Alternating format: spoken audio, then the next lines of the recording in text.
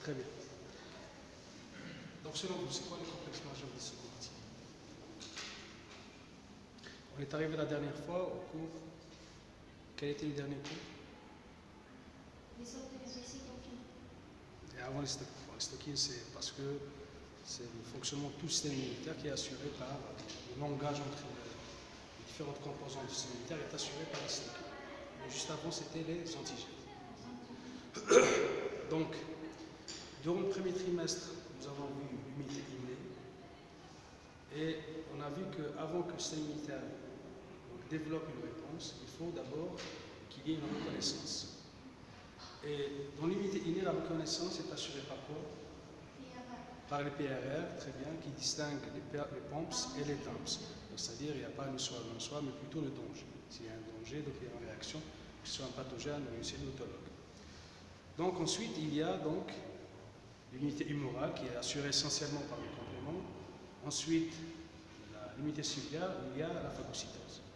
Donc à ce moment-là, donc la phagocytose, si c'est le premier contact avec l'antigène, donc ça va être un peu difficile, okay, sauf si le complément intervient pour essayer d'aider l'opsonisation. Maintenant, si le patient était déjà en contact avec le pathogène, donc c'est-à-dire que ce patient a des anticorps, donc on aura une opsonisation par ces anticorps. Et bien sûr, on a vu qu'il y a un mécanisme, il y a un phénoménologie qui est active 24 heures sur 24 heures, qui est l'immunosurveillance, donc qui fait que tel patient a un cancer et l'autre patient n'a pas de cancer. Okay. Donc, et cette immunosurveillance, donc, elle est essentiellement, donc, elle est activée 24 heures sur 24 heures, comme si c'est gratuitement, mais ce n'est pas gratuitement. Okay. Donc, la voie alterne du complément qui fonctionne 24 heures sur 24 heures, et les cellules NK, voilà, qui essayent de scanner toutes les cellules qui sont anormales, soit par un virus, anormales à l'intérieur, bien stressées par quelque chose, c'est-à-dire par un cancer ou par un phénomène physique, par exemple. Okay.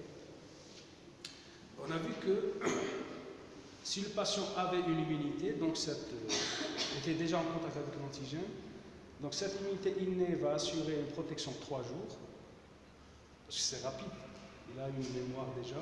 Maintenant, si c'est pour la première fois qu'on rencontre ce pathogène, donc c'est 7 jours. Okay. Donc, parce qu'on n'a pas un compartiment mémoire. C'est quoi un compartiment mémoire? C'est des cellules d'immunité adaptatives qui ont été déjà primées, okay, ce qu'on appelle primées. Donc la différence entre une cellule présentatrice d'antigène professionnelle et non professionnelle, c'est que la professionnelle assure la présentation de lymphocytes naïfs, non primés, ou bien non mémoire. Donc, c'est-à-dire non primé, c'est-à-dire il n'y avait pas de présentation préalable avant cette présentation. Okay. Et on est arrivé c'est-à-dire le passage de l'inné à l'adaptative. Donc, c'est la même chose comme l'adaptative, c'est la même chose comme l'inné. Il faut qu'il y ait une reconnaissance. Et cette reconnaissance de l'adaptative, elle est assurée par, donc, vu que l'unité adaptative, on a le lymphocyte T et le lymphocyte B, donc cette reconnaissance elle est assurée par le BCR pour le lymphocyte B et le TCR pour les B-cell récepteurs, active cell récepteur. Mais le problème entre l'immunité, les cellules de l'immunité adaptative et l'immunité innée, on ne peut pas présenter l'antigène tel qu'il est. Il faut un processing. Ou bien un apprêtement. On a vu déjà le phénomène de processing. Et c'est au niveau du processing que ça change. Si c'est un germe extracellulaire, donc il sera présenté sur les HLA-2 pour stimuler la lymphocyte T. Si c'est un germe, quelque chose qui est intracellulaire, un germe, un virus, ou un cancer ou un virus, on a besoin de le présenter sur les poches HLA classe 1. Et le problème, c'est que la cellule qui assure cette présentation, qui est la cellule professionnelle, la cellule dendritique, qui est par définition une cellule phagocytaire, donc elle peut phagocyter et faire le processing et présenter sur le HLA-2. Mais pour le HLA-1, pour le HLA1, c'est tout ce qui est intracellulaire. Donc si elle n'est pas infectée, elle va faire quoi? Elle va faire de la cross-présentation. Ce n'est pas la cross-réaction. C'est sémitaire qui, quand il fait une réaction croisée, c'est l'antigène croisé. Mais c'est une présentation. Okay? Donc il va prendre le virus de l'extérieur. C'est pas la souris n'est pas infectée. Okay? Elle n'a pas le génome viral. Donc on va prendre le virus de l'extérieur. Et par un phénomène qu'on ne connaît pas, donc il va suivre donc, le même processus. Donc, il sera présenté sur le HLA1. Donc, quelle est la différence entre la présentation endogène, c'est-à-dire une protéine déjà synthétisée à l'intérieur de la cellule, okay, et une présentation exogène, c'est-à-dire un antigène qui était donc d'un pathogène extracellulaire et suite à ce processing qui était présenté sur le HLA classe 2. Donc on va vous montrer donc, sur un schéma donc, très simple.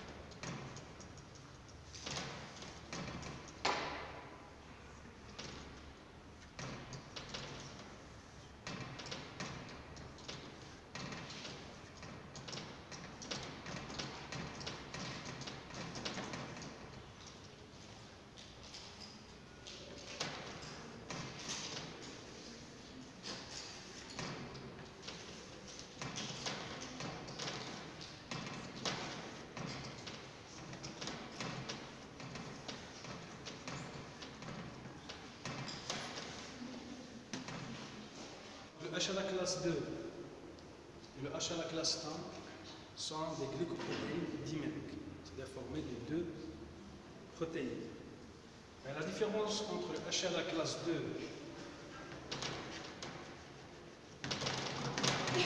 et le HLA classe 1,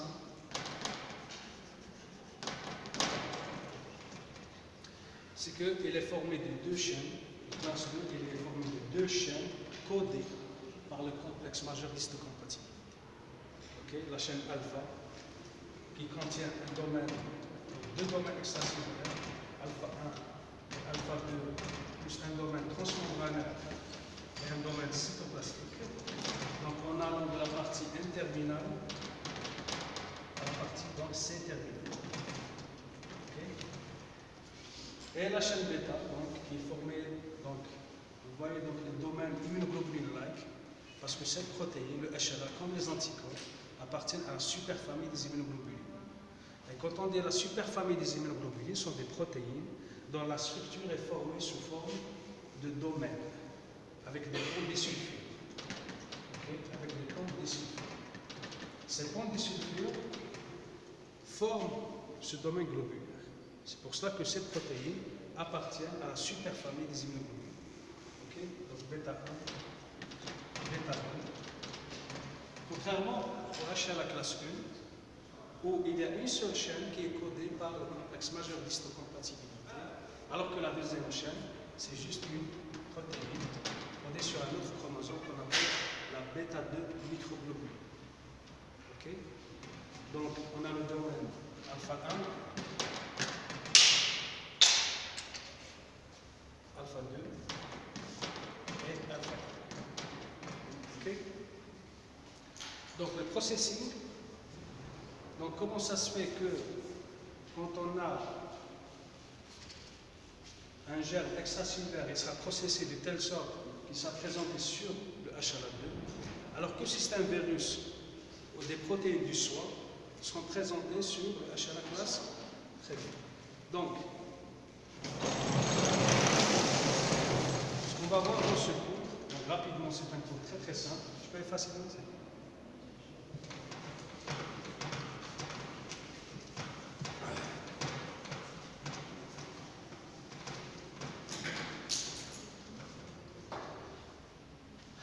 Donc, on a vu donc, le processing, ou bien la présentation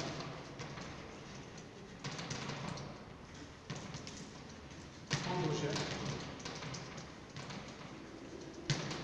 présentation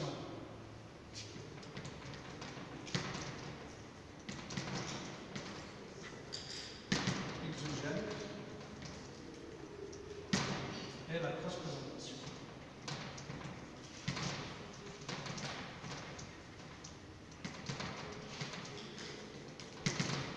Donc, la présentation endogène, donc les peptides seront chargés sur le HL classe 1. La présentation exogène, les peptides seront présentés sur le HL classe 2. La cross-présentation sont des antigènes à l'extérieur de la cellule qui sont captés, mais présentés comme les endogènes. Donc, c'est une présentation qui croise les deux présentations. Okay? Donc, commençons par la plus simple qui est l'exogène. Voilà la membrane cellulaire.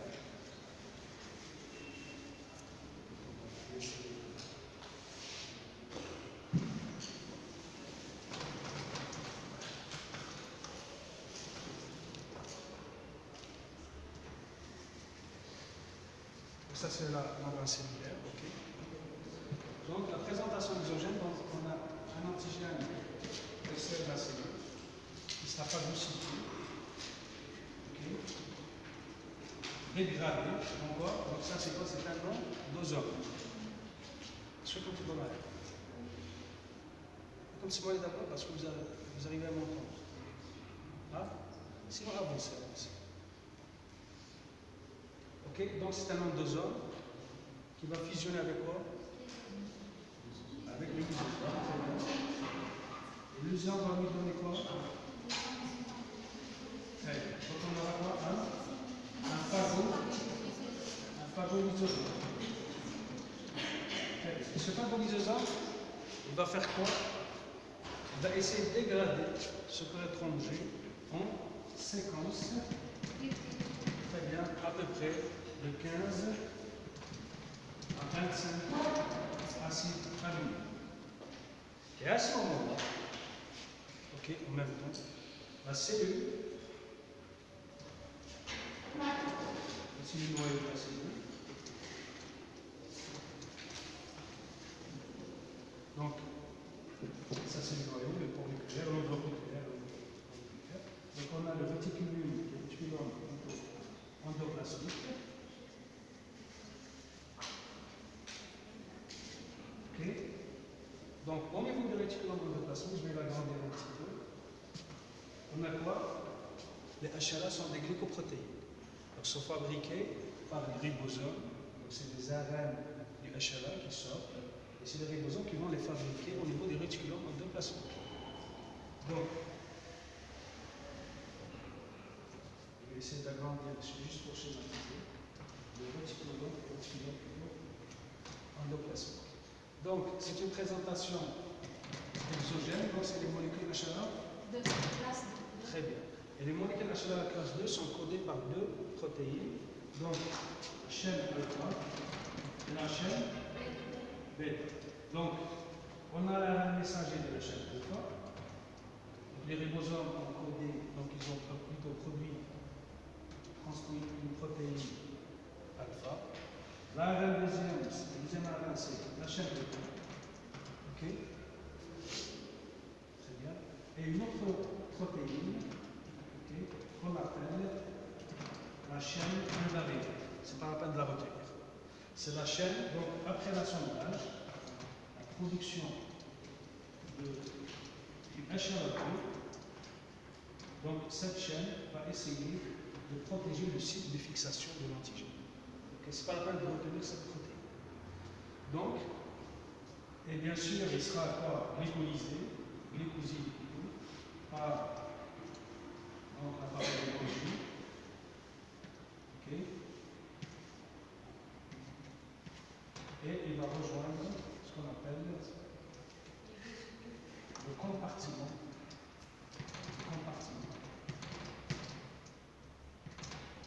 HLA2. C'est-à-dire, c'est à ce niveau-là qu'il va rencontrer le peptide. Il sera chargé. Ok, chargé à quel niveau? Ici. cette poche, bien sûr, chacun d'entre nous a ses molécules HLA. Ce qui fait la différence entre quelqu'un qui déclenche une réponse immune et un autre qui déclenche moins fort, c'est le polymorphisme entre les individus. Okay? Donc cette poche, donc, elle va sélectionner l'antigène dégradé. Selon quoi? Selon les contraintes de cette poche.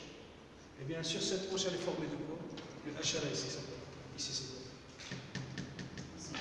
C'est des acides aminés. Et ça, c'est quoi? C'est des acides aminés.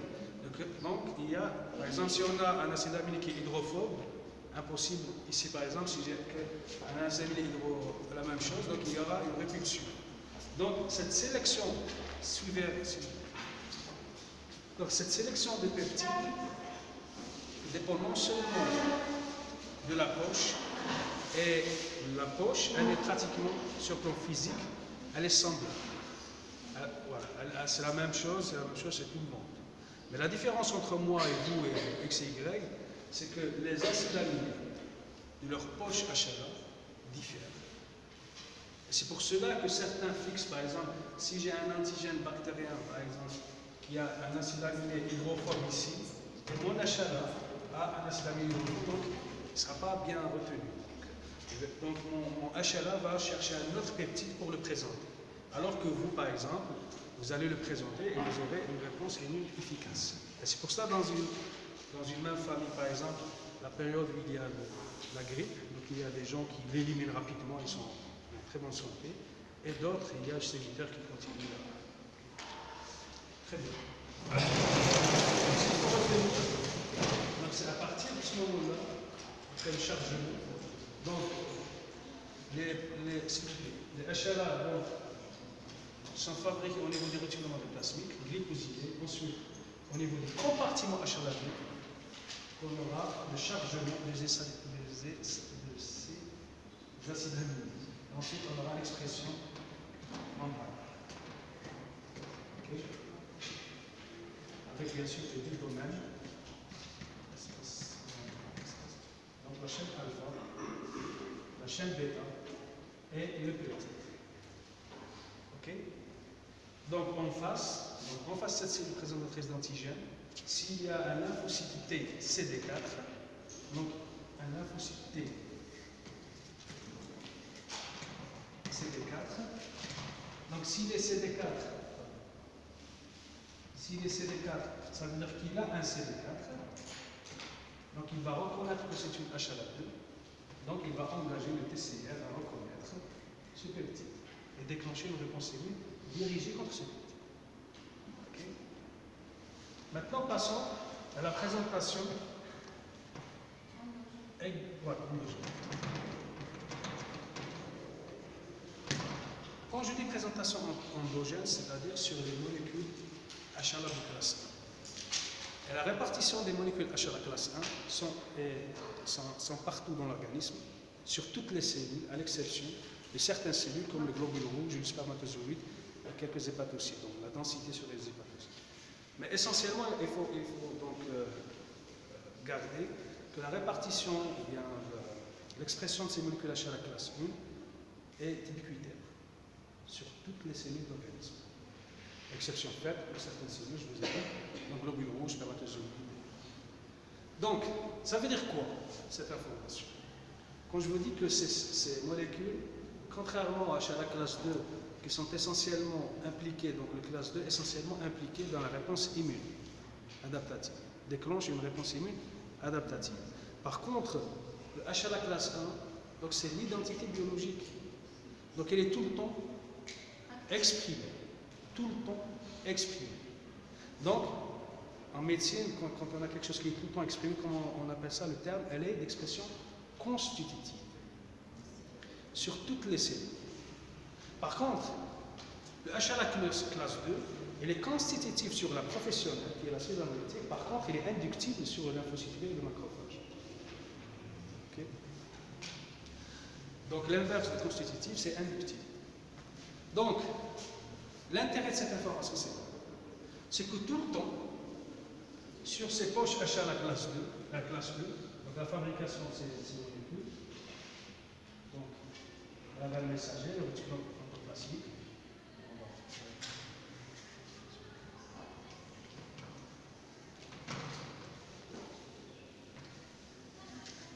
Donc sur le réticulum endoplasmique, ok, on aura quoi?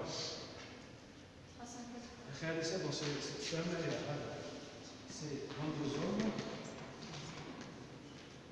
lysosome et le phagonisosome. Pour le HLA classe 1, donc on a la fabrication d'une seule chaîne, la chaîne alpha. Okay. Et ensuite, on va lui rajouter donc la bêta 2 microglobuline, okay, la bêta 2 microglobuline, qui n'est pas codée par le HLA, okay, par le CRH, par un autre gène sur un autre chromosome qui est sur le chromosome 15, on va le voir au début. J'essaie rapidement d'éliminer la dernière partie du dernier cours, c'est-à-dire la présentation technique, pour rentrer effectivement dans le cours du HLA. Ok, donc,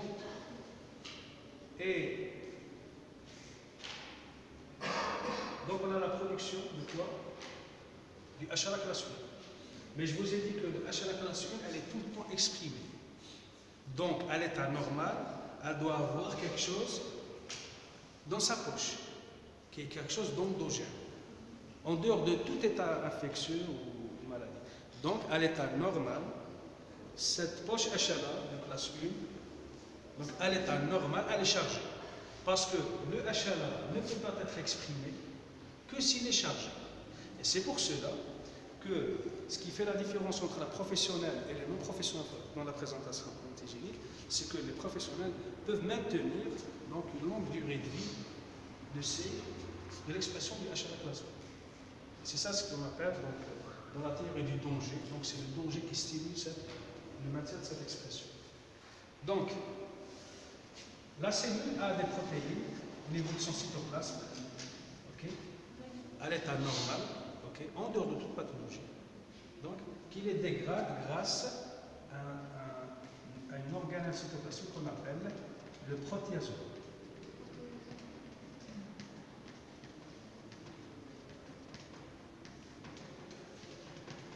Donc le protéasome, donc il prend le protéasome,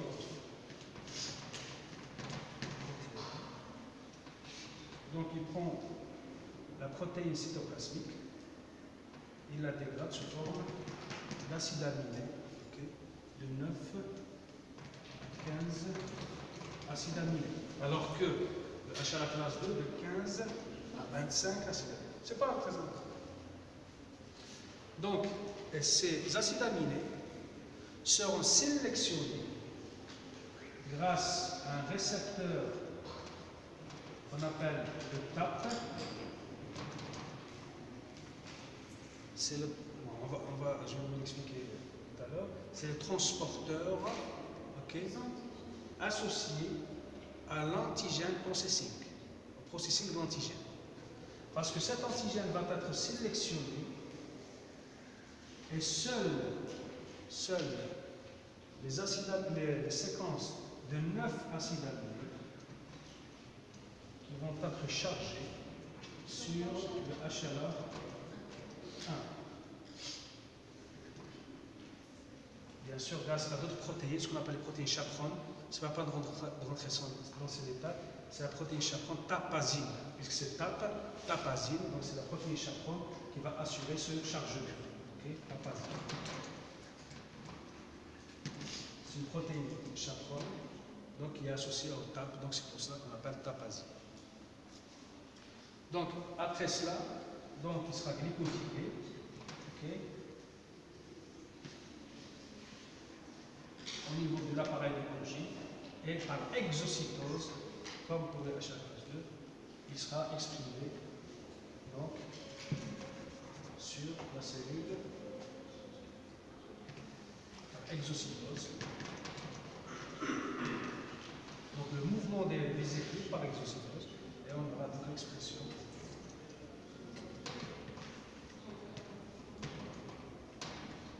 du HLA classe 1 avec le peptide, qui qui est plus court, de 9 acides aminés.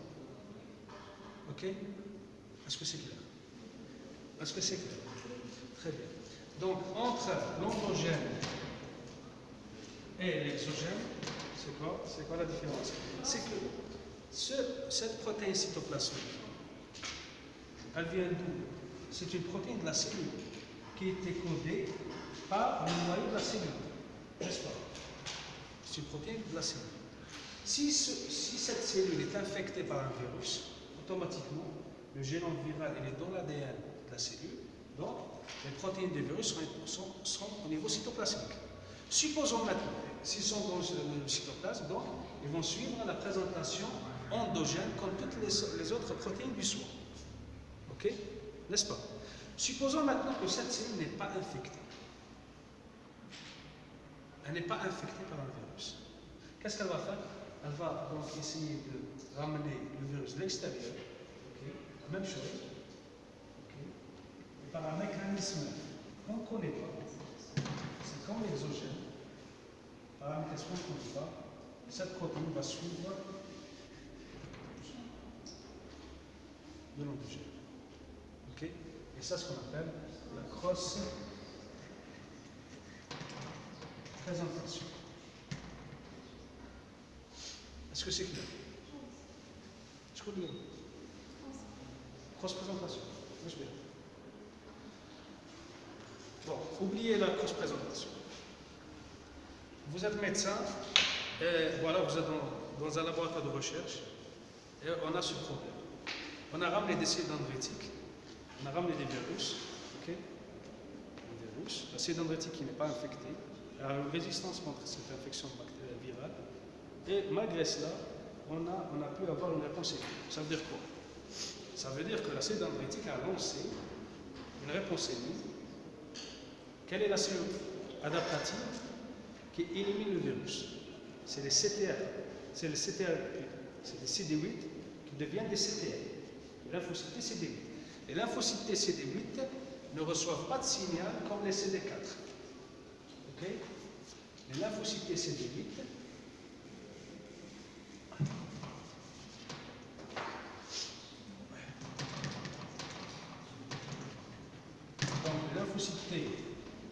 CD8 a un CD8.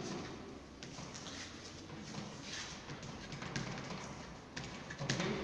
Son CD8, quand il détecte HLA classe 1, pas 2, et à ce moment-là qu'on aura donc la réponse est nulle.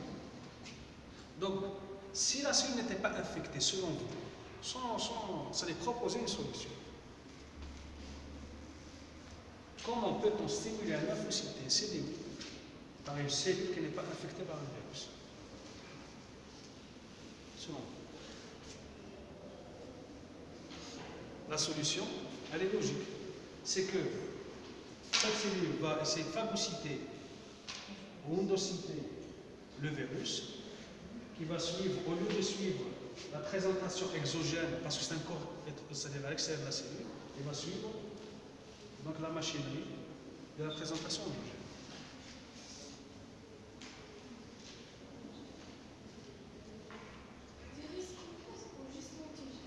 Le virus.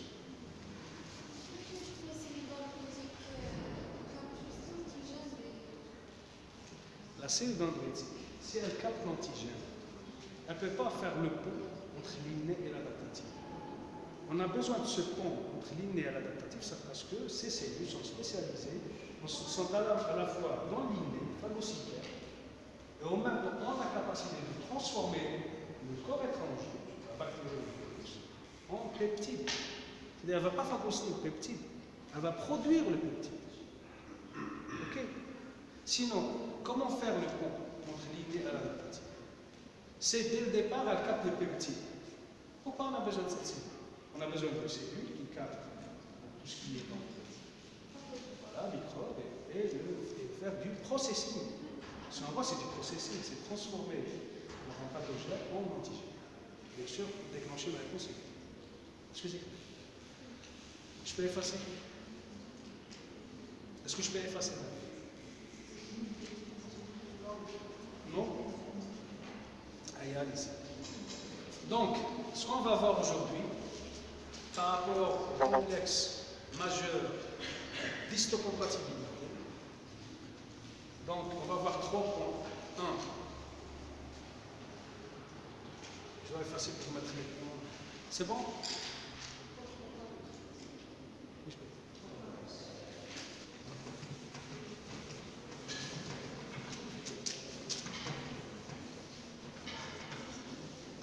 Est-ce que c'est clair pour tout le monde, la présentation endogène, exogène et la cross-présentation? Est-ce que c'est clair? Est-ce que c'est clair? On est en train de faire le pont entre donc, ce qu'on a vu, donc le chapitre d'immunité innée. Ce qu'on va voir maintenant, c'est le chapitre d'immunité adaptative et le pont, c'est l'acide dendritique. L'acide dendritique déclenche une réponse immune adaptative grâce au HLA1 et HLA2. Ok? C'est pas très compliqué.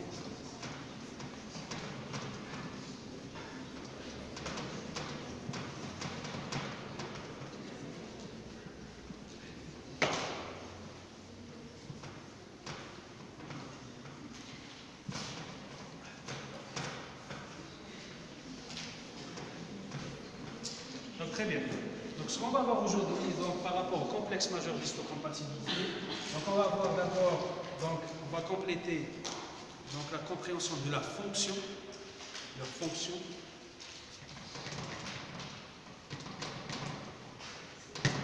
structure et distribution. Donc, déjà, c'est juste pour la forme. Ensuite, on va voir la partie la plus importante, c'est les caractéristiques.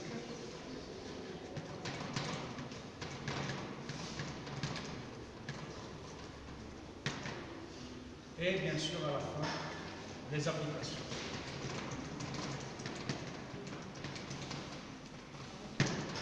Donc, CMH, complexe majeur histocompatible. Pourquoi on l'appelle complexe?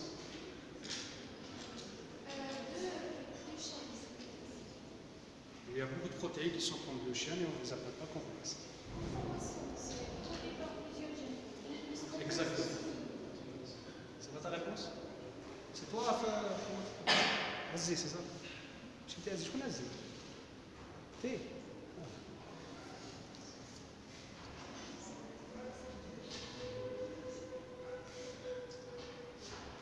Tu n'as pas de... Donc, complexe. C'était quoi ta réponse? Complexe. Un complexe de plus de 200 gènes. Ok? Majeur, parce qu'il n'est pas mineur. Parce que mineur, c'est faible. Majeur, ça veut dire qu'il va déclencher une réponse intense et rapide. Dans quel contexte? Dans le contexte d'histo-compatibilité. Dans la compatibilité entre les tissus. Quand on fait la greffe, parce que c'était donc les découvertes par rapport à la transplantation exactement, de tissus, okay, chez la souris, ensuite chez l'homme. Et bien sûr, il y a eu un prix Nobel de Jean Dessay, un Français, donc il a découvert le HLA, Human Leukocyte Antigen. Donc, majeur, c'est parce qu'il n'est pas mineur, il y a des antigènes mineurs. Et majeur, parce qu'il induit une réponse très forte et rapide, surtout rapide, parce que, par exemple, on va voir, en tout cas, vers la fin du programme, l'immunologie de la transplantation, où on peut avoir, donc le malade décède sur la table opératoire. Vraiment, c'est très rapide. C'est en cas d'incompatibilité. Pas incompatibilité HLA, mais en cas de cross-match positif. Le patient a des anticorps anti-HLA. Les compatibilités des tissus. Très bien. Donc, où est-ce qu'on trouve ces CMH? Donc, chez l'homme, c'est le HLA. Donc, on trouve le HLA1, la distribution, elle est ubiquitaire sur toutes les cellules nucléées. Okay. Et le HLA2, il est sur, donc le HLA1, il est sur les nucléés ubiquitaires constitutives, alors que le HLA2, il est sur les cellules présentant des antigènes, donc il est constitutif sur certaines cellules, comme la professionnelle, et inductif sur pour le HLA2, alors que le HLA1, il est sur toutes les cellules, y compris les cellules présentatrices d'antigènes. Très bien. Donc, Parlant de ce complexe, je vous ai dit que le HLA1 est formé d'une seule chaîne codée par le complexe majeur d'histocompatibilité associé à une protéine codée par un chromosome 15, un gène sur le chromosome 15, et le HLA2, deux chaînes, donc c'est un dimère de glycoprotéines formé de chaînes alpha et bêta. Donc, ce que vous pouvez constater, c'est que, parce que vous savez que quand on a deux domaines immunoglobuliens, ou une poche, que les extrémités de la poche sont des hélices alpha, parce que vous avez fait déjà ça en biochimie. Donc c'est des hélices alpha. Okay. Alors que le fond de cette poche, c'est les brins antiparallèles de corps, de bêta plissés. Okay. On fait les bêta plissés. Vous connaissez c'est quoi, vous savez c'est quoi c'est ce plan biochimique. Donc on a les hélices alpha et les feuilles bêta. D'accord? Vous les connaissez. Ça c'est important, je vais vous dire pourquoi. Donc si je dessine cette poche, donc avec un détail biochimique, donc c'est la plante chaîne, n'est-ce pas? Donc j'ai l'hélice de ce côté et l'hélice alpha de ce côté. N'est-ce pas? Donc, l'hélice, donc je vais la voir, ça veut dire donc, cette poche, ok? Donc elle est comme ça.